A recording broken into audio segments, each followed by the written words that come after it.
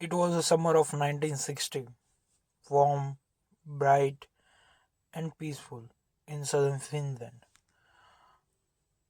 On the morning of June 4th, four teenagers named Neil, who was 18 years old, Seppo, who is also 18 years old, and two 15-year-old girl, Maki and Malia, packed their bags for camping a trip to Lake Bottom near the town of Espoo, which is situated in Sweden, which is a very beautiful small kind of town and very green, very beautiful.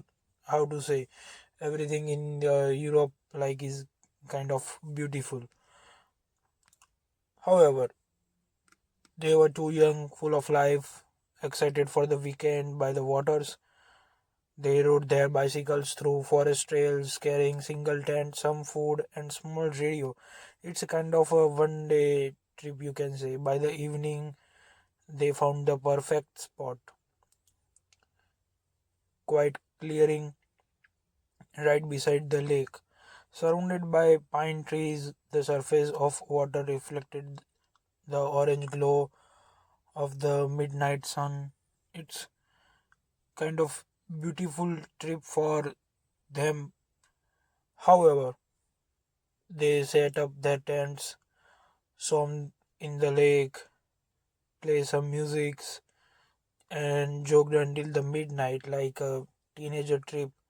It was supposed to be a memory of friendship and youth. Instead, it became one of the most terrifying and unsolved crimes in European histories.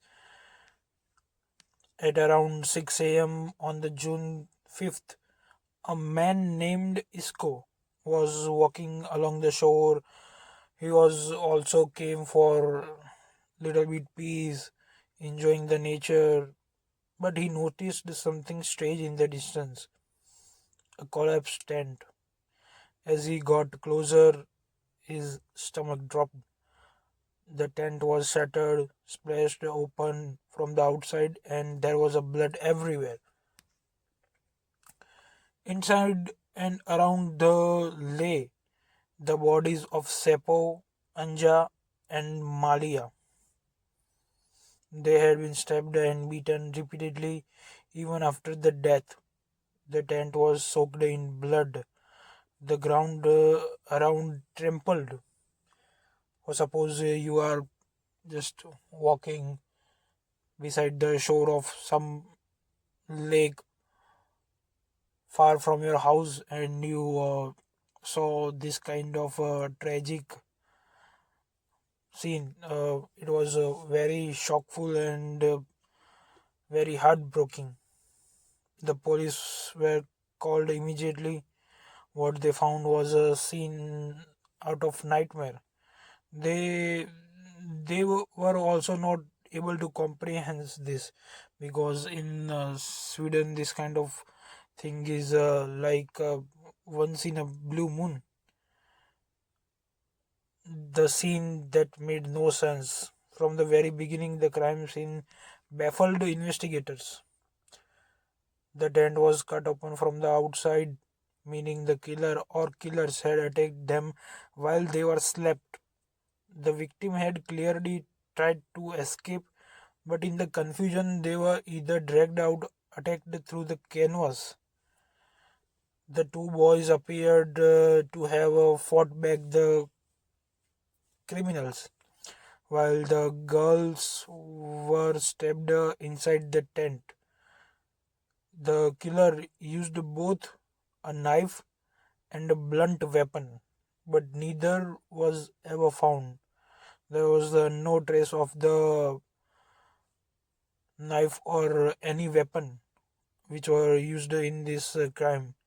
Even stranger, nothing valuable was taken, like if someone trying to rob them, but there was nothing taken. The group's wallet, watches, even their motorcycle was parked nearby. The only missing item were a few personal things, shoes, keys, and some pieces of clothes. It wasn't robbery, it wasn't random. It was something far more personal or far more senior. When Niels finally woke up in the hospital, he was confused and terrified. He had no memory of the attack, only that they had gone to sleep after midnight and then everything went black. But investigators weren't sure they believe him. How could he survive such a brutal attack while his friend dead around him? And why were his injuries through serious, not as fatal as the rest of the group? Because if a person came and killed three of your friends brutally, like stabbed multiple times and beaten to death, why he's or she's supposed to leave you? Theories begin as word spreads, so did the theories. Some believed it was a lunatic living nearby the forest, like every time you see some crackhead or psycho or serial killer killed the hitchhikers or travelers. A few more local reported seeing a man dressed in black standing on the opposite shore that morning, watching the camp. Others suspected jealous lover because Niels and Sapo were both close to this girl, and Malia, one of the victims, had found partly undressed, but there was no sight of sexual assault. Then came the darker rumors. People whispered that Lake Bottom was cursed, an ancient site of pagan rituals. When spirits roamed the forest, the brutality of murders, the overkill, the rage didn't seem human. But the police stayed focused on the reality, and reality soon pointed in a shocking direction. 45 years later, the shocking twist. For decades, the lake bottom case went cold. The killer was never found. Then in 2004, new DNA testing became available and police reported the case. They re examined evidence, the bloody clothes, the shoes, the tent, and made a stunning announcement. DNA from the victim's clothing matches Dean Gustafsson, the solo survivor. 44 years after the crime, Neil was charged with the murder of three friends.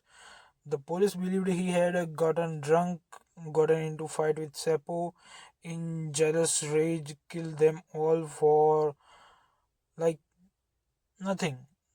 Then staggered to the scene to look like an attacker.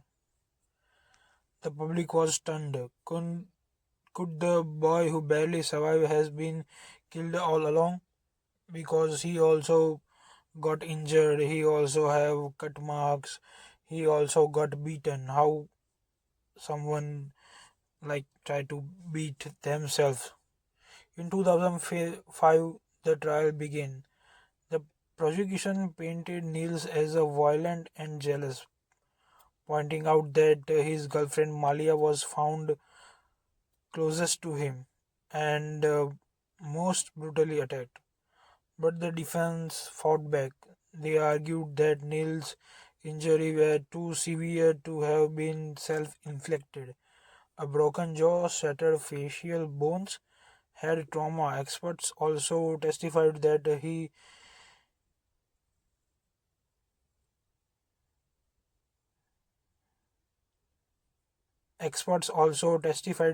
the blood evidence didn't prove guilty. It could easily have transferred during the struggle. After the months of testimony, the court declared Nils innocent. He walked free, a man who had been both victim and suspect in one of the Finland's most infamous cases. To this day, the Lake Bottom murders remains unsolved. No one know who killed the teenagers that night or why. Some believes that a drifter who fled into the forest. Others are convinced it was Niels despite that verdict. And some, especially locals, it whispered that there was something wrong with the lake, something that watches. In the decades since, many campers have reported strange sounds at night, the rip of fabric, the crunch of footsteps, and quiet breathing just outside their tents. No one comes too close to the shore anymore. They saw if you do, the lake goes silent, and then you hear it, the soft tearing of tent and voices whispering in the dark. If you see, like, if you go camping in the woods or some unknown areas, this kind of things are pretty common. If you have some friends or some relatives who regularly go on this kind of camping journeys, you can ask them every time, not every time, but many times they hear some crunchy sounding of outside their tents, someone talking from far. This kind of things in the jungle, in the woods, are pretty common because this kind of things are like, how to say, unsolved by humans. These kind of things are unsolved, and no one knows what really pretty going on, because no one ever explored this kind of jungles and this kind of lakes. When we are talking about this lake bottom, no one goes there. Like a few people tried to camp there. Few people like, let's go to this lake bottom kind of thing. Like, we hear story of Alpacia Mountains every time, the Smoky Mountains every time, because these kind of places are unexplored by human races. No one goes there. Someone says, recently I was watching a video about this strange animal, dragon kind of animal, who had like a horse head and had wings. But the bottom line of that is, no one really knows what is going on to this place. So this was today's story. I hope you like it. I don't know you like it or not. This is my second video. On my last video I got first view. I know this is like not very good script or not very good editing, but I know I was trying. I am trying to learn some editing. I was working more hard on my scripts, but I am grateful what I have. I just started it.